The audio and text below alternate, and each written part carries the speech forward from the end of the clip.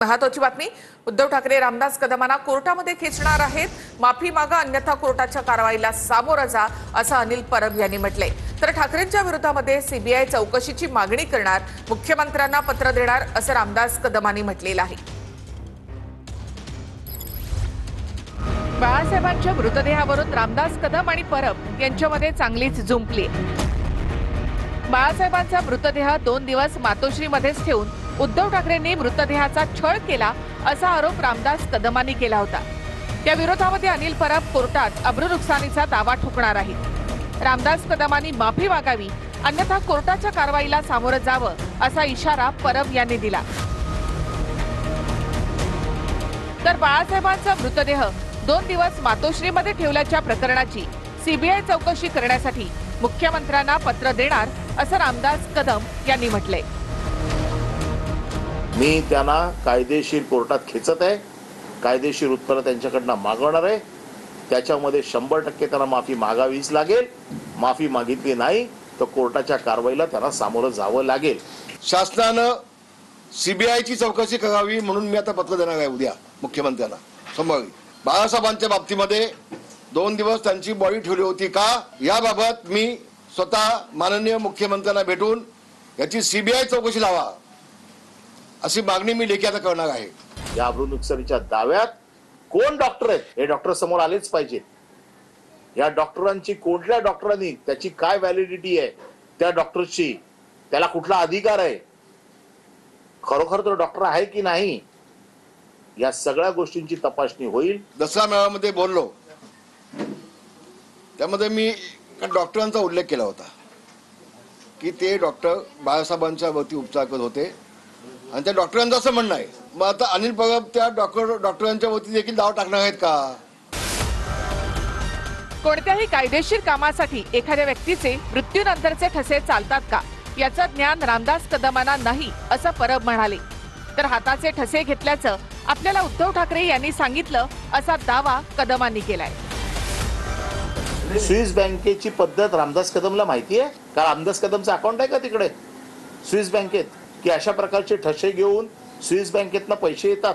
मेलेल्या माणसाचे ठसे घेतले जरी तरी त्याचा काही उपयोग होत नाही, त्यांचं ज्ञान कच्चं आहे। अरे बाबा, ज्या वेळेला मी उद्धवजींना सांगितलं की साहेब आपण साहेबांच्या पायाचे ठसे घेऊन ठेवूया का, कारण त्यांचे पाय आमच्यासाठी दैवत आहेत, आम्हाला कामाला येतील। तर नाही रामदास भाई, आपण हाताचे ठसे घेऊन ठेवलेत। उद्धवजी मला बोलले, उद्धवजी मला याला काय माहिती आहे का, हा गदोळा आता पत्रकार परिषद घ्यायला लागला, याला काय माहिती आहे? 2 दिवस शिवसेना प्रमुखांची बॉडी का ठेवली होती उद्धवजींनी? तुम्ही काय अंतर्गत चाललं होतं तुमचं? आम्ही खाली बसलो होतो 8 दिवस, आम्ही मातोश्रीच्या बाकड्यावर मी झोपलोय 8 दिवस मातोश्रीच्या बाकड्यावर झोपलोय। 2012ला रामदास कदम कुठल्या बाकड्यावर झोपले होते हा बाकडा मी शोधतोय। मातोश्रीवरती असे कुठल्या बाकड्यावरती कोणाला झोपायला देत नाही। लवकर शोध, उशीर होईल ना आता शोधायला। अरे मातोश्रीमध्ये सोफे आहेत, ऑफिस आहे आतमध्ये, सोफा आहेत, 2 सोफे आहेत समोर समोर आतमध्ये। आता मी सोफ्याच्या ऐवजी बाकडा म्हणला असेल, पण आहेत ना सोफे आतमध्ये। मातोश्रीला 2च बाकडी आहेत हे मला तरी माहिती आहे। दोन्ही बाकड्यावर पोलीस असतात। आम्ही तर पदावर 1992 लावले, मी तेव्हापासून बाकडी कधी मातोश्रीमध्ये पाहिली नाही। आता हे कुठल्या बाकड्यावर झोपलं आणि एवढा मोठा नेता बाकड्यावर झोपतो, याचा अर्थ तुमची पहिलीच लायकी ओळखली होती वाटतं, किंवा तुम्हीच लायकी दाखवत होता वाटतं। काय काय समजावं काय? 1993 मध्ये रामदास कदमांच्या बायकोनं स्वतःला जाळून घेतलं की जाळलं, याची नार्को टेस्ट करा, अशी मागणी परब यांनी केली। यावर स्टोव्ह मध्ये साडी अडकून माझी बायको भाजली होती, असं उत्तर रामदास कदमांनी दिलं। 1993 ला रामदास कदम यांच्या बायकोने स्वतःला जाळून घेतलं। ते जाळून घेतलं का तिला जाळलं का काय झालं हे देखील नार्कोटेक्स मध्ये आलं पाहिजे। 2 स्टोव्ह होते, स्टोव्ह होती जेवण बनवत होती खेळला, स्टोव्हचा खालची जे साडी असते त्या साडीला आग लागली पहिल्यांदा आणि मग फडका उडाला आणि त्यामुळे मी वाचवलं माझ्या पत्नीला। हे हात अजून आहे साक्षीदार, हे जळलेलं माझ्या हात आहे। रामदास कदमांच्या पुतण्यानं आत्महत्या का केली असा सवाल परब यांनी केला. तर माझ्या कोणत्याही पुतण्यानं आत्महत्या केली नाही असं उत्तर कदम यांनी दिलंय. त्यांच्या पुतण्याने आत्महत्या केली आहे. ही आत्महत्या का केली आहे याचा देखील शोध गृहराज्यमंत्री योगेश कदम यांनी घेतला पाहिजे. माझ्या कुठल्याही पुतण्याने आत्महत्या केली नाही. हा महाराष्ट्राला फसवतोय. ते सगळ्याचं खोटं आणि चांगलं तुम्ही मला बोललात तर मी आता पत्रपरिषदेचे काढीन आणि या सगळ्या बाबी होती मी न्यायालयात जाईन. तो माणूस गद्दार आणि नमक हराम आहे. त्या नमक हरामाला मी उत्तर देत नाही आणि देण्याची मला गरज नाही. कारण ठाकरे म्हणजे काय आहे हे अख्खा महाराष्ट्र आणि अख्खा देश ओळखतो. त्याच्यामुळे त्या गद्दाराला आणि हरामखोराला मी काय उत्तर देणार. बाळासाहेबांच्या मृतदेहासोबत जर तू गद्दारी केली असती तर तू काय उत्तर देशील. आणि नमक हराम कोण आहे. तू किती मीठ आमच्याकडनं खाल्लंयस. उद्धव ठाकरेंनी किती नमक आमच्याकडनं खाल्लंय तो विसरला असेल. आम्ही नाही विसरलो कारण आम्ही नमक देऊन दिलेलं आहे. नमक हरामी तू केलेस. सांगावं नमक नाही घेतलं आमच्याकडून. मीठ नाही खाल्लं आमचं. बाळासाहेबांच्या संपत्ती वाद प्रकरणी मी न्यायालयामध्ये म्हणणं मांडलेलं आहे. डॉक्टर जलील पारकर यांनी TV9 मराठीला ही माहिती दिली. माझी साक्ष न्यायालयीन प्रक्रियेमध्ये उपलब्ध आहे आणि त्यावर आता बोलणार नाही असं देखील त्यांनी स्पष्ट केलं.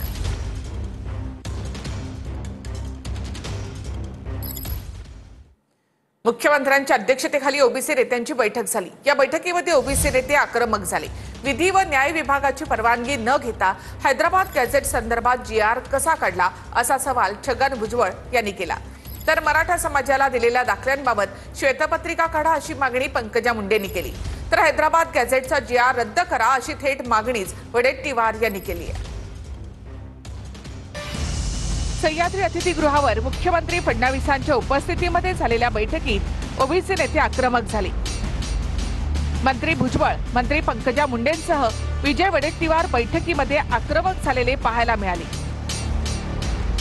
भुजबळ काय म्हणाले ते आपण पाहूया.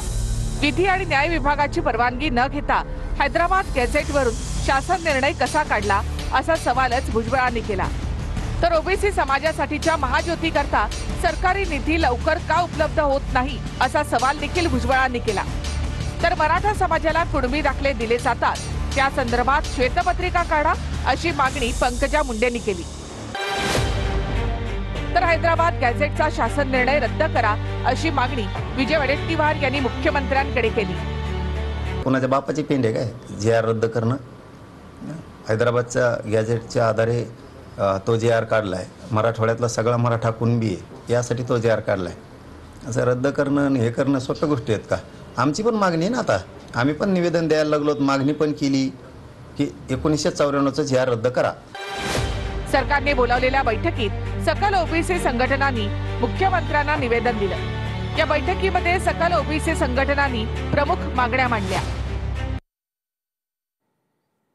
तर मुख्यमंत्र्यांसोबत ओबीसी नेत्यांची बैठक झाली. GR वरून यामध्ये घमासान झालेला आहे.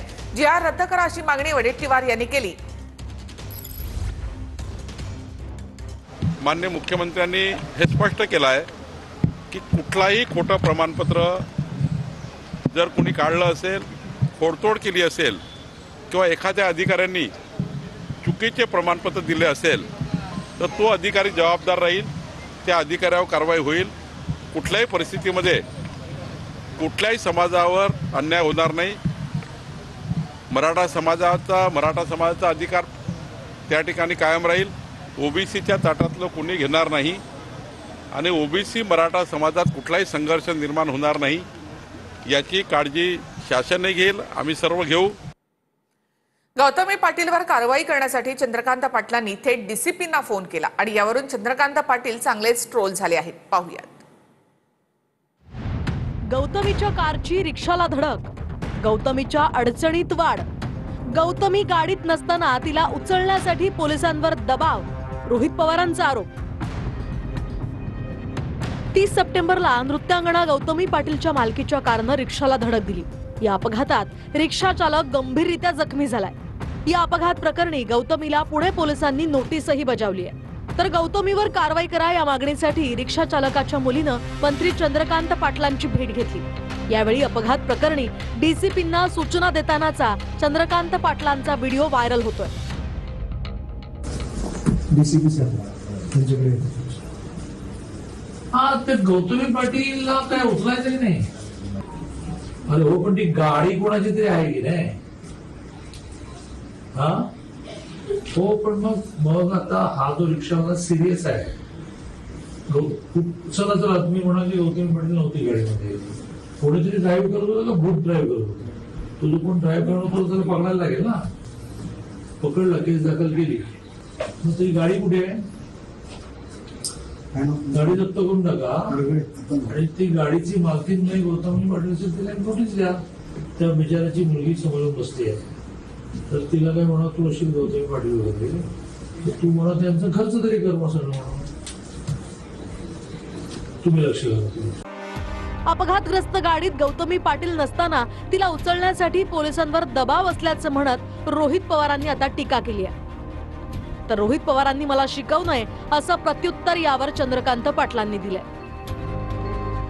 दरम्यान तुमच्या मतदारसंघातला एक नामचीन गुंड भर दिवसा पोलिसांच्या डोळ्यात धूळ फेकून परदेशात पळून जातो, पण त्याच्या अटकेसाठी आपण कधी पोलिसांना फोन केल्याचं दिसलं नाही.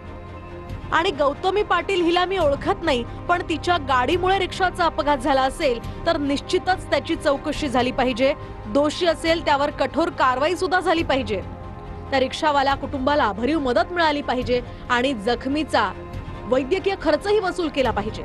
पण अपघातग्रस्त गाडीत गौतमी पाटील नसताना तिला उचलण्यासाठी पोलिसांवर दबाव आणणं हे आपल्यासारख्या नेत्याला शोभणारं नाही. आपल्याविषयी माझ्या मनात आदर आहे, आपण संवेदनशील आहात, पण कार्यकर्त्यांचं किती ऐकायचं हेही आपण ठरवलं पाहिजे. महिला, गरीब, सामान्य माणूस यांना त्रास देणाऱ्या गुंडांना जेरबंद करण्यासाठी मंत्र्यांनी असे फोन केले तर राज्यात खऱ्या अर्थानं रामराज्य येईल. पण गुंडांना पाठीशी घालून आणि निरपराधांना गुन्ह्यात गोवून मंत्री म्हणून आपण कोणता आदर्श घालून देत आहात, असा सवाल रोहित पवारांनी ट्विटद्वारे विचारलाय. रोहित पवारला काय कारणं आहे? तुलाही नेता व्हायला लागला. मला रोहित पवारने शिकवण्याची वेळ आलेली नाही. निलेश धायवळ विषयामध्ये मी काय केलं ते काही जाहीरपणे सांगू काय? आपोआप लुकआउटची ऑर्डर निघाली काय? ज्यांना प्रत्येक वेळेला ढोल वाजवण्याची सवय, आम्हाला नाही सवय. जे जखमी आहेत त्यांचे मोठे भाऊ इकडे माझ्या समोर आहेत, संतोष विठ्ठल मरगळे, आणि त्यांचं म्हणणं असं की त्या गाडीमध्ये गौतमी पाटील होत्या, त्यांचा एक ड्रायव्हर होता, ड्रायव्हर बदलला गेला, असं त्यांची सूचना म्हणजे त्यांची. तर मी PIशी बोलतोय आणि पूर्णपणे तपास झाला पाहिजे. दरम्यान अपघातानंतर जखमी रिक्षा चालकाच्या कुटुंबियांकडून गौतमीवर कारवाईची मागणी करण्यात आली आहे. गौतमी पाटीलला अटक करा या मागणीसाठी ठाकरेंच्या शिवसेनेनं सिंहगड पोलीस ठाण्याबाहेर आंदोलन केलं.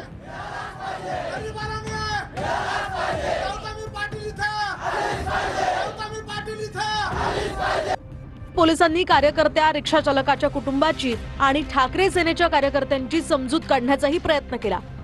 तर माझ्या वडिलांच्या उपचाराचा खर्च आरोपीनं करावा अशी मागणी रिक्षा चालकाच्या मुलीनं केली आहे.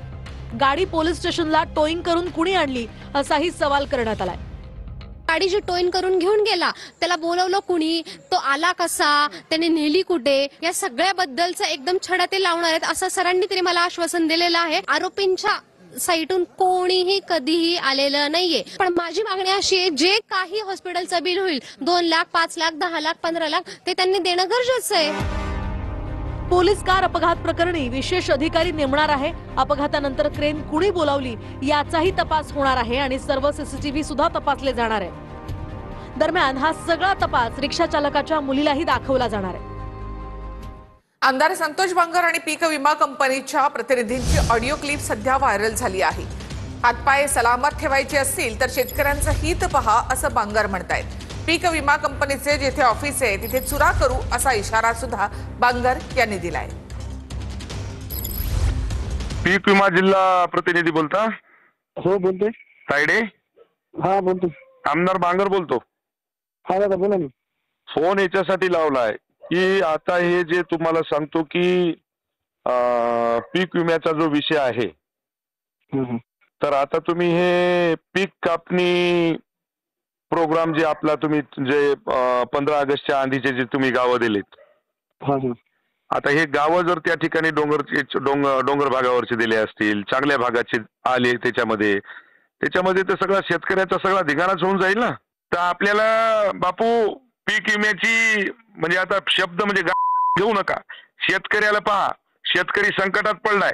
तुम्हाला जिल्हा प्रतिनिधी म्हणून आमची रिक्वेस्ट आहे, विनंती आहे की जे वस्तुस्थिती आहे त्या पद्धतीनं तुम्हाला सांगतो की तुमचा सर्वे झाला पाहिजे. तुम्ही ज्या पद्धतीनं तुम्हाला सांगतो की म्हणजे कंपनीचं हित पाहू नका, शेतकऱ्याचं हित बघा. नाही, बरोबर आहे दादा, जी वास्तविक परिस्थिती आहे तीच आपण घेणार आणि आहे. जर कमी जास्त जर झालं तर तुम्हाला सांगतो संतोष बांगर एवढा वाईट माणूस नाही बरं काय. मी कंपनीच्या तुमच्या हिंगोलीत एकही माणूस तुमच्या या ठिकाणी राहू देणार नाही. कंपनीचे ते दुःख तुमचे त्या जिथं जिथं ऑफिस आहे तिथं तिथं तर चुरा करू, पण तुम्हालाही कंपनीच्या सगळ्या माणसाला तुम्हाला सांगतो की मी हिंडू देणार नाही. हा, हातापाये तुम्हाला हातापाये जर सलामत ठेवायचे असतील तर शेतकऱ्याचं हित पहा. नसता तुम्हाला सांगतो माझ्या एवढं वाईट नाही. वस्तुस्थिती असली पाहिजेत. आम्ही म्हणणार नाही तुम्हाला की तुम्ही फलानं करा, बिस्तानं करा, अमुक करा, पण जी वस्तुस्थिती आहे त्या वस्तुस्थिती प्रमाणे आपण चाललो पाहिजेत, एवढी दक्षता आपण घ्या.